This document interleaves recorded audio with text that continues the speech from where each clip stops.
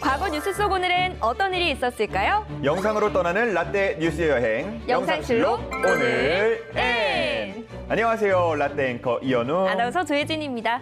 예진 씨 혹시 그 아이언맨 영화 좋아하시나요? 오, 너무 좋아하죠. 그 아이언맨의 실제 모델이 누군지도 알고 계세요? 일론 머스크 아닌가요? 많은 분들이 그렇게 알고 계신데 네. 사실은 지금부터 말씀드릴 이분이 진짜라고 합니다. 일론 머스크가 아니라고요? 네. 자, 그럼 과거 속 오늘에는 어떤 일들이 있었는지 함께 보시죠.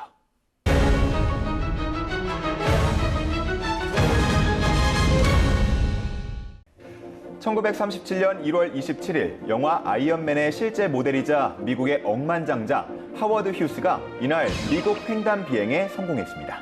아, 그래서 그 영화 속의 아이언맨 아버지의 이름이 하워드잖아요. 맞아요, 그쵸? 맞아요. 연기하신 분하고 외모도 꽤 비슷한 걸로 기억이 나고요. 네. 그 만화 원작자는 이분을 모델로 했다고 하더라고요. 그리고 앞서서 이제 말씀하신 일론 머스크 같은 경우는 아이언맨 연기자인 로버트 다우니 주니어가 연기할 때 좀 참고한 인물이라고 합니다. 아, 그렇구나. 기록은 평균 시속 534km로 당시 역대 최고 기록이었습니다. 어린 시절부터 비행에 관심이 많았던 그는 항공 면허를 취득하고 항공기 회사를 꾸려 자신이 원하는 항공기를 설계하기도 했는데요. 그리고 1938년 7월 1일 미국 횡단 비행에 이어 휴즈는 자신이 만든 항공기를 이용해 세계 일주 비행 기록 수립에 도전했고 91시간 만에 세계 일주를 완수했습니다. 와, 정말 대단하신 분이네요. 사실 뭐 일론 머스크도 그렇고 무리한 도전은 억만장자들의 뭐 어떤 공식이랄까요? 네. 그러니까 당시에는 좀 괴짜라고 보기도 하지만 네. 이렇게 시간이 흐르고 나면은 새롭게 좀 재평가되는 그런 경우도 있잖아요. 야심가였던 그는 사실 영화 제작자로서도 큰 업적을 남겼는데요. 할리우드에서 여러 편의 영화를 제작했고 연이어 흥행에 성공한 그는 마침내 아무도 범접하지 못할 대작을 만들겠다는 결심을 하게 됩니다. 그렇게 제작된 영화가 바로 1930년작 지옥의 천사들인데요. 지옥의 천사들에 등장하는 비행신을 소화하기 위해 처음에는 비행기 모형을 사용해서 촬영하려고 했으나 조잡한 모형에 실망해 결국 진짜 프로펠러 전투기 87대를 구입하고 최고의 조종사들도 고용했다고 합니다. 야, 정말 스케일이 대단하네요. 직접 저걸 구매를 하다니요. 억만장자 아니겠습니까? 아, 그러니까요. 저도 돈만 있으면. 그렇게 3년의 제작을 거쳐 개봉된 영화는 대흥행에 성공했지만 이 촬영으로 인해 비행기 조종사 3명이 죽었으며 하워드 휴즈 또한 추락 사고를 겪고 후유증을 겪게 되었는데요. 아니, 근데 저렇게 사고가 있었는데도 미국 횡단 비행을 도전하신 거예요? 그렇죠. 나중에 부검을 했더니 이 사고로 인해서 이미 두개골 골절이 있었을 것이다 라고 추정한 결과가 나오기도 했습니다. 아... 이번에는 1970년대로 떠나보죠. 1970년 1월 27일 제1차 쥐잡기 운동이 전국에서 일제히 실시됐습니다. 아니, 그 예전에는 이런 노래도 있었잖아요. 쥐를 잡자, 쥐를 잡자, 찍찍찍. 이런 게임도 있었는데 괜히 나온 말이 아니라 정말 친숙한 표현이었네요. 근데 예진 씨 때도 이 게임을 했어요? 그럼요. 야, 이걸 어떻게 알았지? 전날 오후 6시를 기해 모든 가정에 쥐약을 놓고 1인당 쥐를 5마리씩 잡는 운동, 쥐잡기 운동. 정부는 전국의 쥐를 9천만 마리로 추산하고 이들이 먹어치우는 곡식이 연간 240만 석, 쌀 생산량의 8%에 달하는 것으로 파악했는데요. 이것은 당시 전주 시민이 1년간 먹을 수 있는 양이었습니다. 아니, 근데 9천만 마리면 엄청난 숫자 아니에요? 감이 안 오는데? 1인당 3마리, 그러니까 한 집 평균으로 하면 한 18마리씩 잡아와라 이랬던 거죠. 와, 근데 저는 그 숙제 내주셨어도 빵점을 맞았으면 맞았지 못했을 것 같아요. 네. 그래도 주변에 다 하는데 해야죠. 저는 못했을 것 같아요.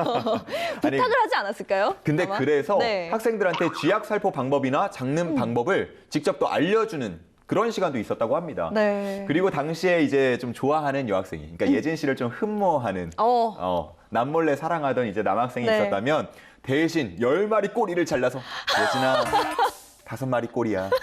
이거 네가 내. 어떻게 좀 호감 흔들려요? 흔들려요. 충분히 흔들려요, 지금. 이미 넘어갔어요. 사귀고 있어, 성공했겠네. 지금. 쥐꼬리로 고백한다. 이거 굉장히 승산이 있습니다. 이렇게 1차 쥐잡기 작전에서 20일 만에 소탕한 쥐의 수는 무려 4천만 마리였습니다. 4천만 마리요? 그러니까 많이 막 바꿔갔던 거죠.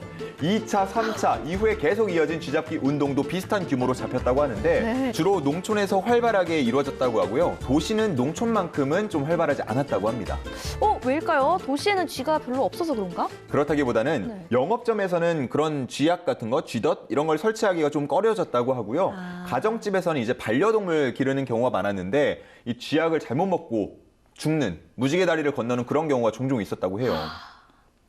정부 차원에서 대대적으로 벌인 쥐잡기 운동은 1980년대까지 쭉 이어져 왔는데요. 1990년대 들어서면서 급속한 도시화로 일상생활에서 쥐를 접할 기회가 적어졌고 양곡도 이전과는 다르게 제대로 된 시설에서 철저하게 관리됐기 때문입니다. 자, 그러면 이번에는요, 1883년으로 가보겠습니다. 1883년 1월 27일은 바로 우리나라의 상징이 태어난 날인데요. 바로 국기를 제정하고 전국에 반포한 날입니다. 반포 이전 조선은 원래 국기라는 개념이 없었는데요. 그런데 1875년 일본이 운요호를 출동시켜 강화도를 정탐하자 조선은 포격을 가해 이들을 제재한 일이 발생했고 나중에 강화도 조약이 체결됐을 때 일본은 일장기가 걸려있는 운요호를 포격한 것에 대해 거세게 항의하게 됩니다. 와타시가 무리가 필요해 들어온 곳이문에 와이 포격 난데스까? 아니, 정체도 모르는 이 양선이 예고 없이 함부로 남의 요새를 침범하는데 포격하는 것이 당연하지 않은가? 국기가 달려있지 않으무니까 눈이가 있으무니까. 국기가 대체 무엇이오? 그리고 또 그러한 것을 달았다 한들 우리 측에 정식 통지가 없었는데 어떻게 알 수 있단 말이오? 모르겠고 조선의 책임문이다.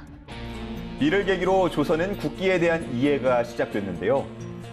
이후 1887년 중국 청나라 마건충이 청나라의 국기를 본받아 조선의 국기를 만들 것을 강요했는데 이에 분개한 도종이 이를 따르지 않고 청색과 적색으로 이뤄진 태극원과 사괴를 그려 국기를 정한다는 명을 내렸습니다. 이런 논란을 거쳐 태극기가 처음 사용된 것은 1882년 박영효가 일본의 수신사로 갈 때였는데요. 이후 그가 임무를 마치고 귀국할 이듬해인 1883년 1월 27일 드디어 고종은 태극기를 정식 국기로 사용토록 전국에 공표했습니다. 근데 당시에는 도형의 통일성이 좀 없어서 헷갈리는 분들도 많았다고 합니다. 그럼 언제부터 도안이나 규격이 통일된 건가요? 지금과 같은 태극기가 대한민국 국기로 정식 공포된 건 1949년 10월 15일이었다고 합니다. 이 밖에도 1월 27일 과거에는요. 1756년 음악의 천재 모차르트가 탄생한 날이고요. 1945년 홀로코스트의 상징인 아우슈비츠가 소련군에게 해방된 날이기도 했습니다. 그리고 1971년에는 일본 고분에서 백제시대의 칠지도 발견과 같은 사건들도 있었습니다. 자, 오늘도 힘차게 한 주간의 과거 뉴스를 달려봤는데요. 마음을 울리는 안타까운 소식부터 또 신기하고 놀라운 사건까지 여러분도 저처럼 과거 뉴스를 통해서 오늘을 되돌아보는 시간, 뜻깊은 시간 되었길 바랍니다. 영상실록으로 만나본 오늘의 뉴스. 그럼 다음 시간 더 알찬 이야기로 만나요.